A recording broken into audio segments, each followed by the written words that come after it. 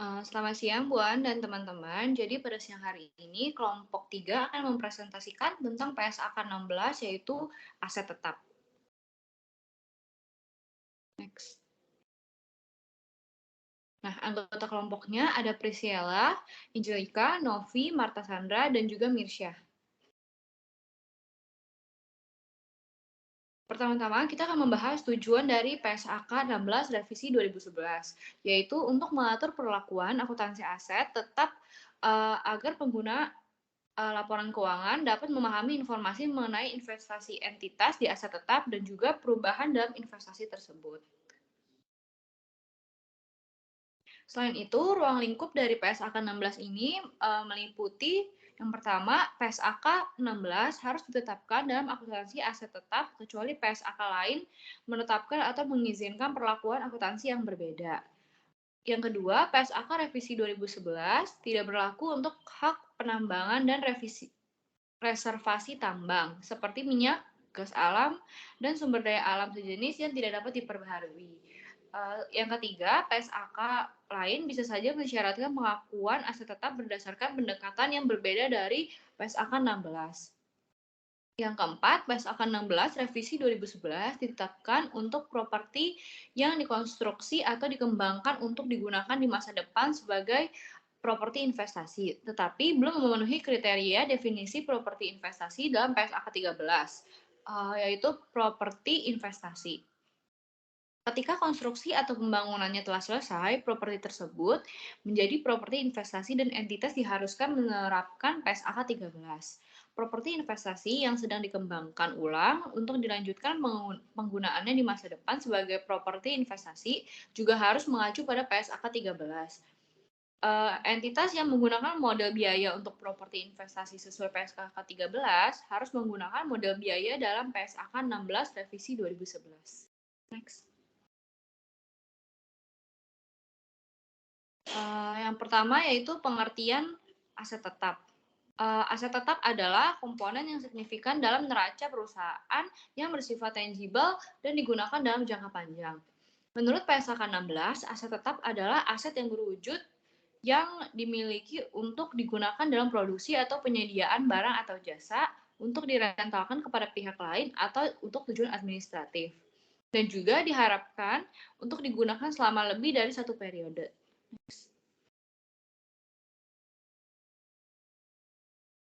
Kriteria pengakuan aset tetap. Biaya perolehan aset tetap harus diakui sebagai aset jika dan hanya jika besar kemungkinan manfaat ekonomis di masa depan berkenaan dengan aset tersebut akan mengalir ke entitas dan juga biaya perolehan aset dapat diukur secara andal. Nah, suku cadang utama, peralatan pemeliharaan, penggantian dan inspeksi dapat diakui sebagai aset tetap.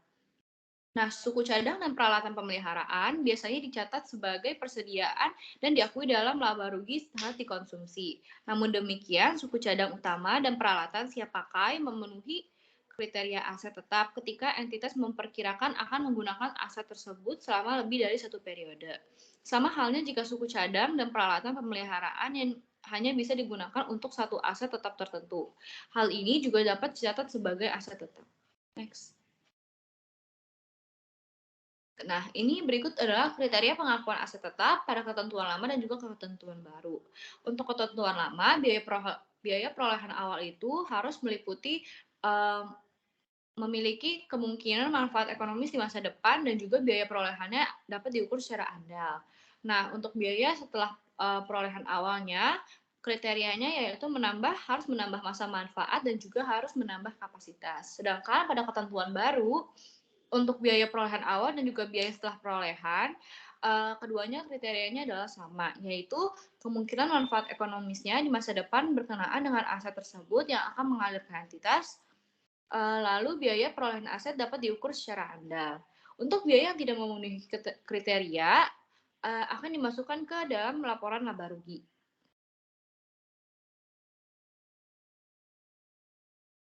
Contoh pengakuan aset tetap. Yaitu kegiatan rutin bulanan seperti maintenance bulanan dicatat sebagai maintenance and repair expense dan dimasukkan ke laporan laba rugi. Sedangkan untuk biaya dalam penggantian permukaan beton pada jalan tol akan dicatat sebagai penambahan aset tetap atau akan dikapitalize dengan menambah carrying value dari aset tersebut. Untuk biaya penggantian aspal juga dicatat sebagai penambahan aset tetap yang akan dikapitalize dan juga menambah nilai aset tersebut. Pengeluaran yang mengakibatkan peningkatan manfaat ekonomi di masa depan dikapitalisasi sebagai biaya tambahan untuk aset tersebut. Selanjutnya,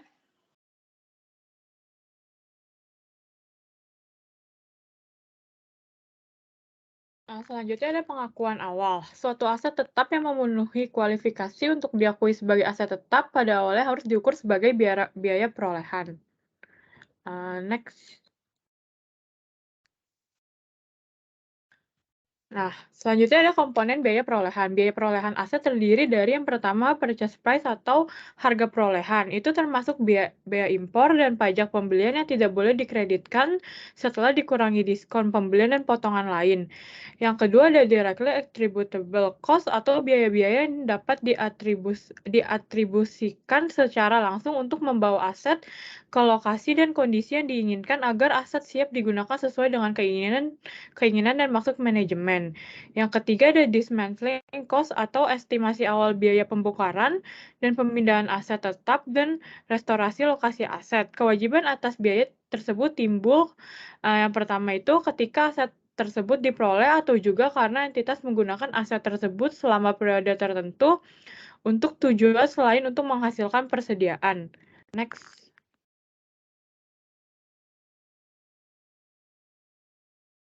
Selanjutnya ada pengukuran biaya perolehan. Biaya perolehan aset tetap dari suatu pertukaran diukur sebesar nilai wajar, kecuali yang pertama itu komersial substance atau transaksi pertukaran tidak memiliki komersial substance. Yang kedua, nilai wajar aset yang diterima dan diserahkan tidak dapat diukur secara andal. Ya, ada juga jika aset yang diperoleh tidak dapat diukur dengan nilai wajar, maka biaya perolehannya diukur dengan jumlah tercatat dari aset yang diserahkan. Selanjutnya. Pengukuran setelah pengakuan awal. Estimasi kita harus memilih dua kebijakan akuntansi antara cost model dan evaluation model. Kalau cost model itu setelah diakui sebagai aset tetap dicatat sebesar biaya perolehan dikurangi dengan akumulasi penyusutan dan akumulasi rugi penurunan nilai aset. Sedangkan revaluation model setelah diakui sebagai aset tetap dicatat sebesar jumlah revaluation yaitu nilai wajar pada tanggal revaluasi dikurangi dengan akumulasi penyusutan dan akumulasi rugi penurunan nilai aset yang terjadi setelah tanggal revaluasi. Next. Yang pertama itu ada revaluation model. Nilai wajar adalah jumlah yang dipakai untuk mempertemukan suatu aset antara pihak-pihak yang berkeinginan dan memiliki pengetahuan memadai dalam suatu transaksi dengan wajar. Terus ada appraisal, jika tidak ada pasar yang dapat dijadikan dasar penentu nilai karena sifat aset yang khusus dan jarang diperjualbelikan, maka entitas perlu mengestimasikan nilai wajar menggunakan pendekatan penghasilan atau replacement cost. Next.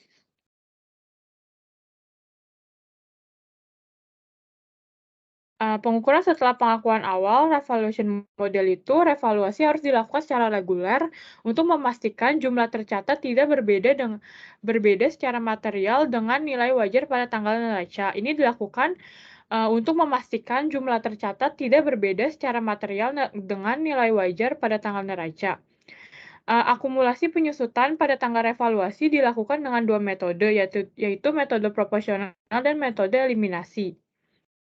Next. Contoh dari metode proporsional itu, misalnya ada soal aset tetap senilai $10.000 diperoleh tanggal 1 Januari 2008 dengan masa manfaat ekonomis 5 tahun tanpa nilai sisa. tanggal 31 Desember 2008 nilai wajar aset adalah 12.000, maka jurnal pada saat pembelian atau perolehan aset itu aset tetap pada kas sebesar 10.000, lalu pada saat dilakukan pencatatan penyusutan, itu penyusutan pada akumulasi penyusutan, dan pada penilaian aset kembali pada 31 Desember 2008, maka jurnalnya aset tetap sebesar 5.000 pada akumulasi penyusutan 1.000 dan surplus revaluasi sebesar 4.000. Next. Yang kedua ada metode eliminasi dengan soal yang sama, maka pada saat perolehan aset, maka jurnalnya tetap sama, itu aset tetap pada kas. Pada saat penyusutan juga sama, penyusutan pada akumulasi penyusutan sebesar 2.000, yang beda itu pada saat penilaian kembali nilai wajar aset, yaitu jurnalnya akumulasi penyusutan pada aset tetap sebesar 2.000 dan aset tetap pada surplus revaluasi sebesar 4.000. Next.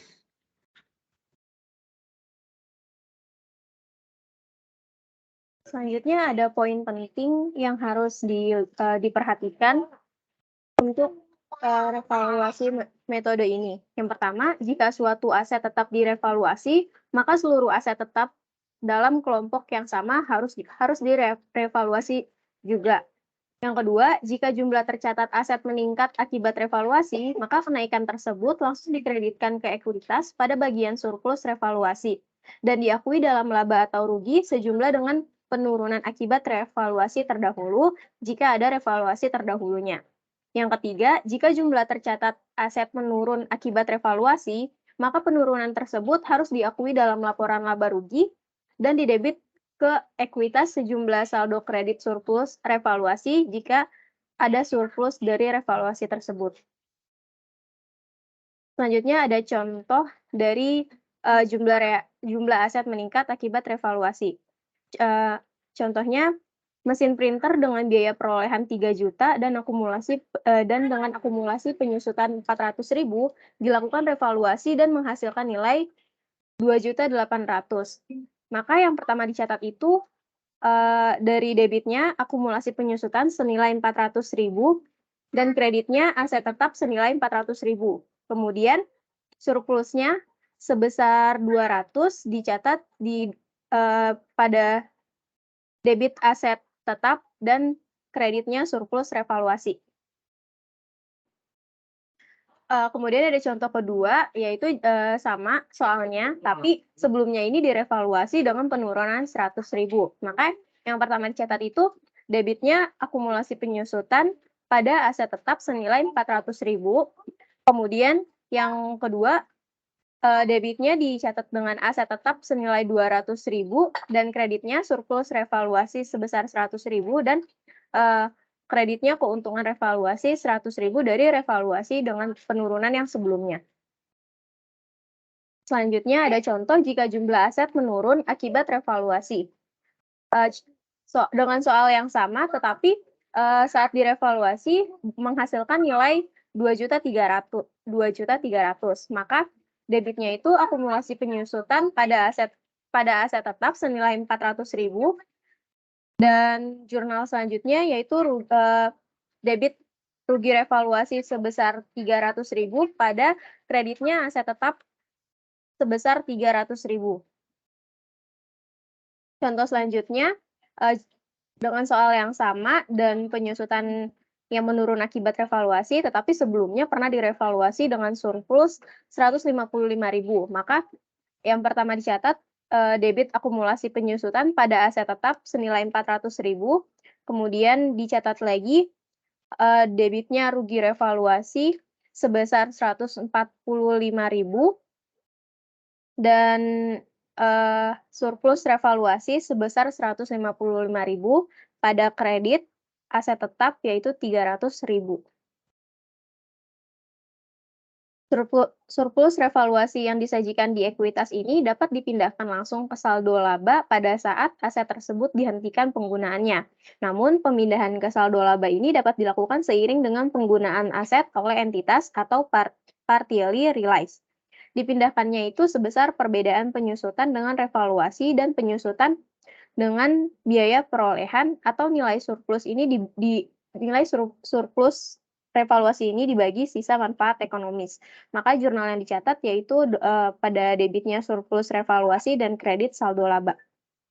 Baik, berikutnya adalah pengukuran setelah pengakuan awal. Jadi di sini ada contoh, yaitu CGS Limited membeli semua mobil seharga $50.000 pada 1 Januari 2005 dan mengadopsi mode revaluasi.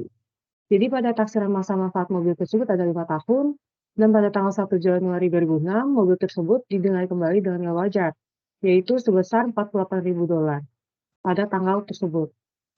Jadi di sini kita diminta untuk membuat ayat jurnal untuk tahun yang berakhir pada tanggal 31 Desember 2005 dan pada tanggal 31 Desember 2006.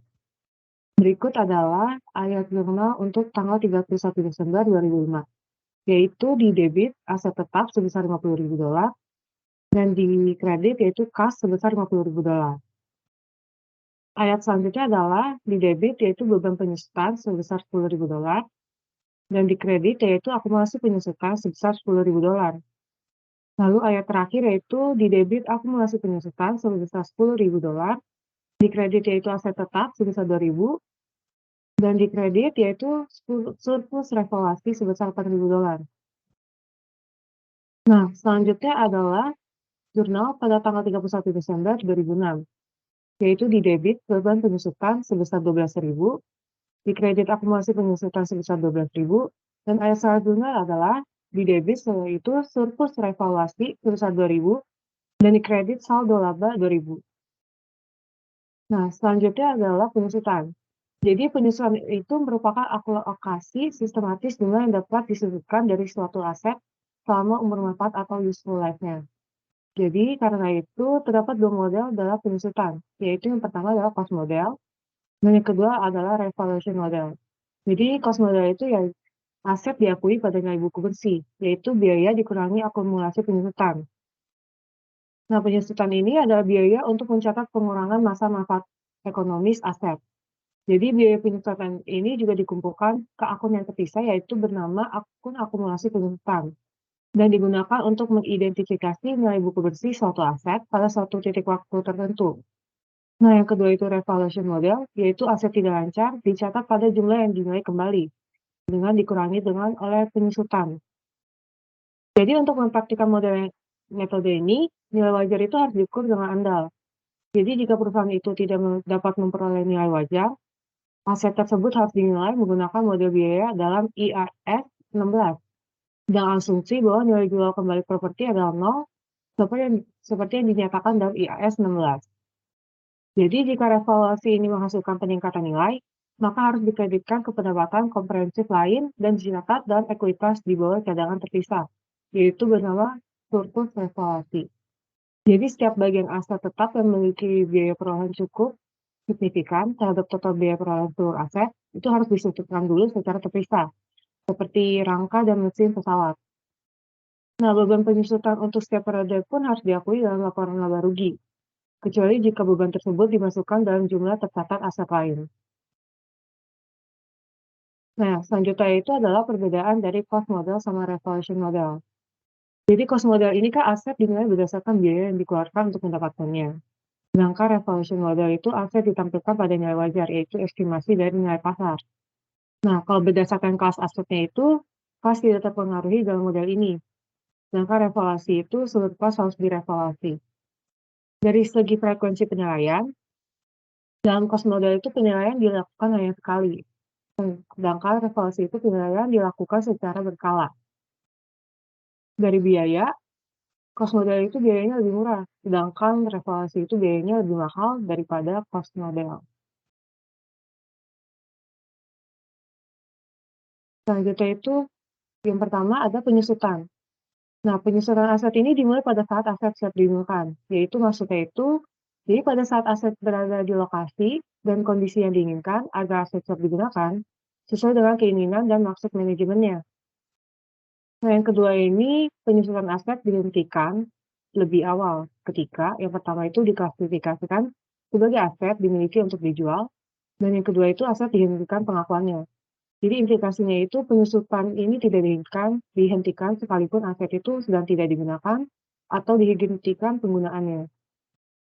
Nah, yang ketiga itu tanah dan bangunan diperlakukan sebagai aset risau walaupun diperoleh oleh sekaligus. Nah, selanjutnya itu nilai residu dan umur manfaat, yaitu harus direview minimum setiap akhir tahun buku. Jadi jika hasil reviewnya ini berbeda dengan estimasi sebelumnya, maka perbedaan tersebut tuh harus diperlakukan sebagai perubahan estimasi akuntansi. Faktor yang harus diperhitungkan itu menentukan umur manfaat. Jadi perakiraan daya pakai aset, perakiraan tingkat kausan fisik, keusangan teknis dan keusangan komersil, pembatasan penggunaan aset, karena aspek hukum misalkan biaya sewa gitu. Nah, metode penyusutan yang digunakan ini tuh yang pertama harus mencerminkan ekspektasi pola konsumsi manfaat ekonomis masa depan atau aset oleh entitas. Jadi ekspektasi pada konsumsi dari manfaat ekonomis ini harus mencerminkan pola konsumsi di masa depan. Yang kedua itu harus direview minimum setiap akhir tahun buku. Jadi seperti yang dibahas di atas, nilai residu ini tuh benar harus direview minimum setiap akhir tahun buku untuk mengetahui ekspektasi di masa depannya berapa. Nah, yang ketiga itu perubahan metode diperlakukan sebagai perubahan estimasi.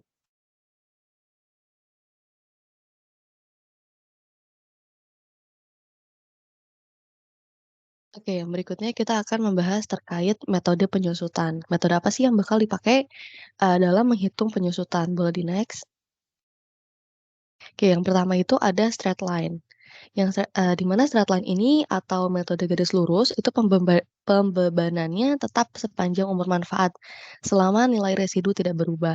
Terus kemudian yang kedua adalah double declining, yang mana pembebanannya yang menurun sepanjang umur manfaat.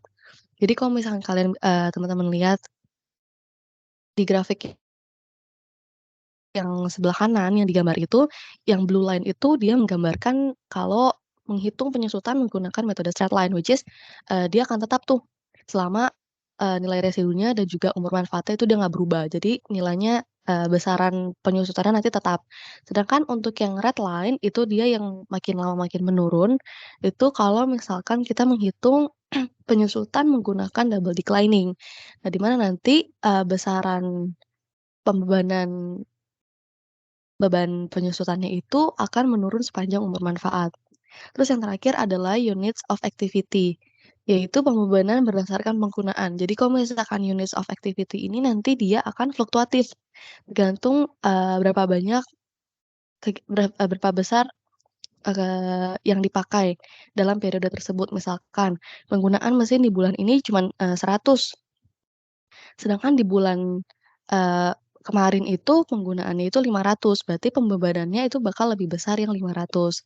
Nah, kemudian menurut, berdasarkan PSAK nomor 16, paragraf 52, menyebutkan kalau nilai residu dan umur manfaat setiap aset itu harus direview, harus ditelaah minimum itu setiap akhir tahun buku dan kalau misalkan, berdasarkan hasil review tersebut berbeda dengan estimasi sebelumnya, maka perbedaan itu akan diperlakukan sebagai perubahan estimasi akuntansi, sesuai dengan PSAK nomor 25.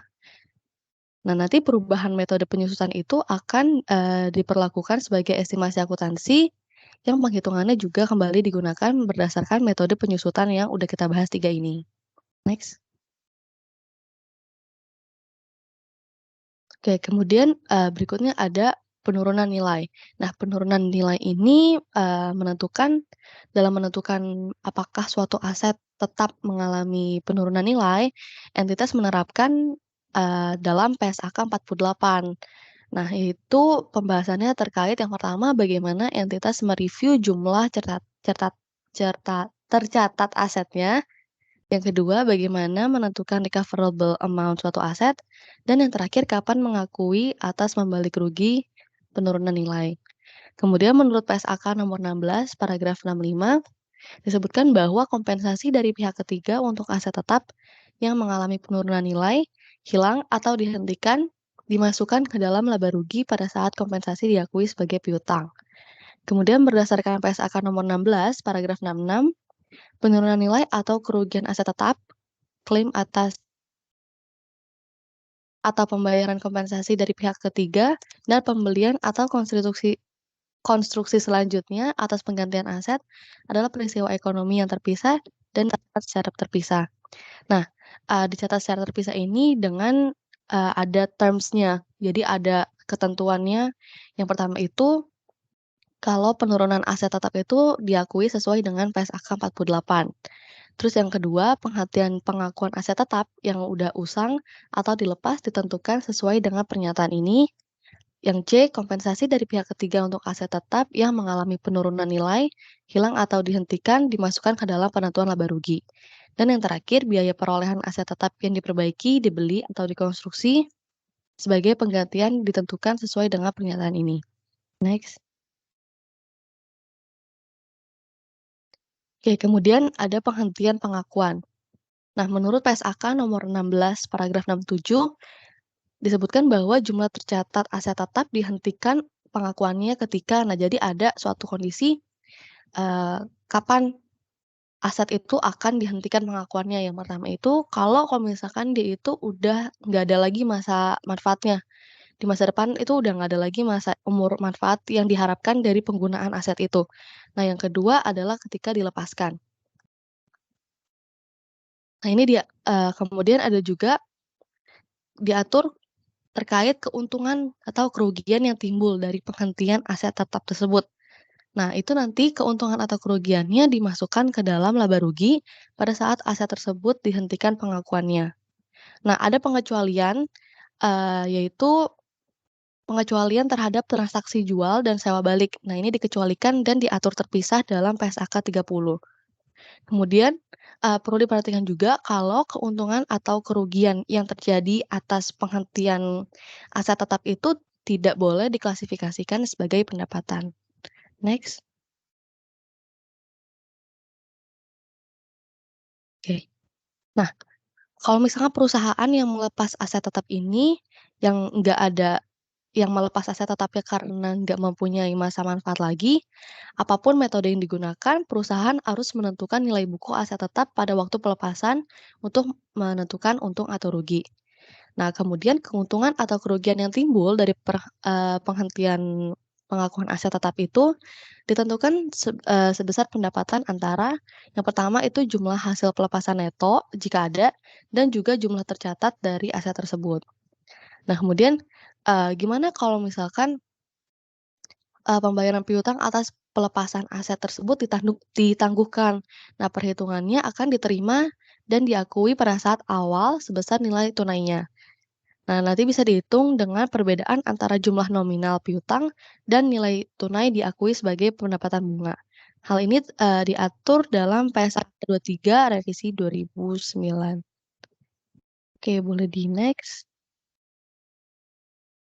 Nah, jadi di sini kita akan merecap perubahan-perubahan apa aja sih yang terjadi dari PSAK 2007 dan juga PSAK 16 revisi 2011.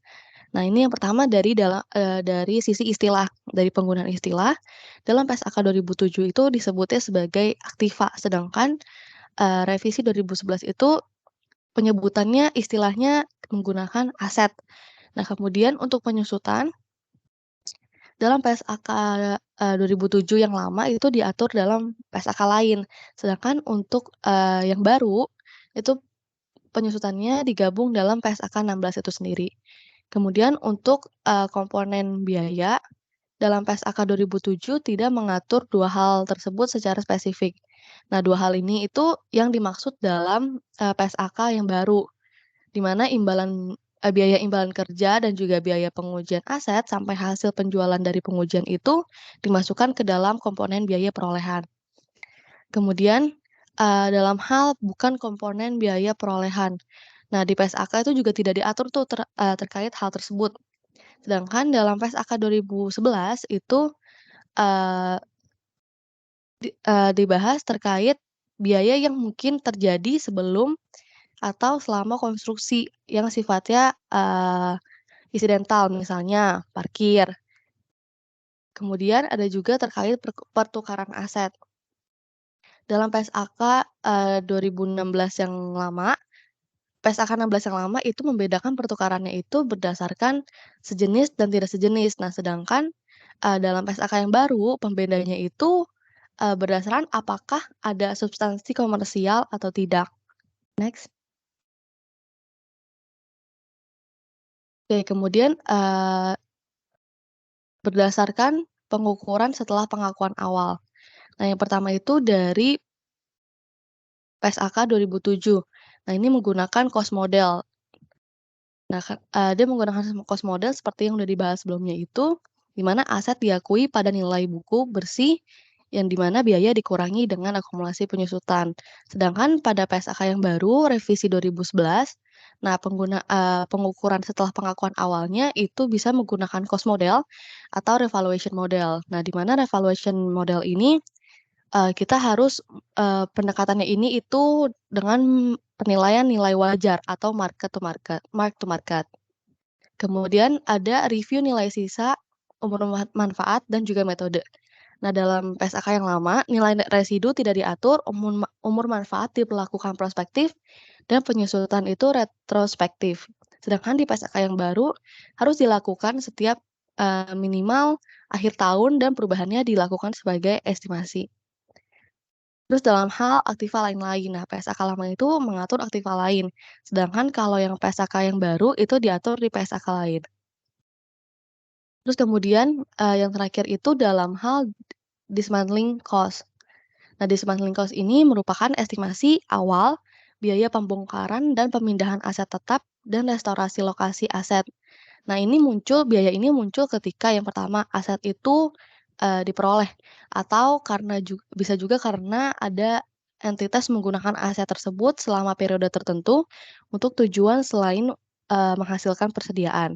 Nah, untuk dalam PSAK yang lama ini dia tidak diatur, sedangkan untuk PSAK yang baru itu diakui sebagai biaya perolehan dan juga kewajiban. Next. Oke, sekian, presentasi dari kelompok kami terkait PSAK 16. Kurang lebihnya kami mohon maaf. Terima kasih.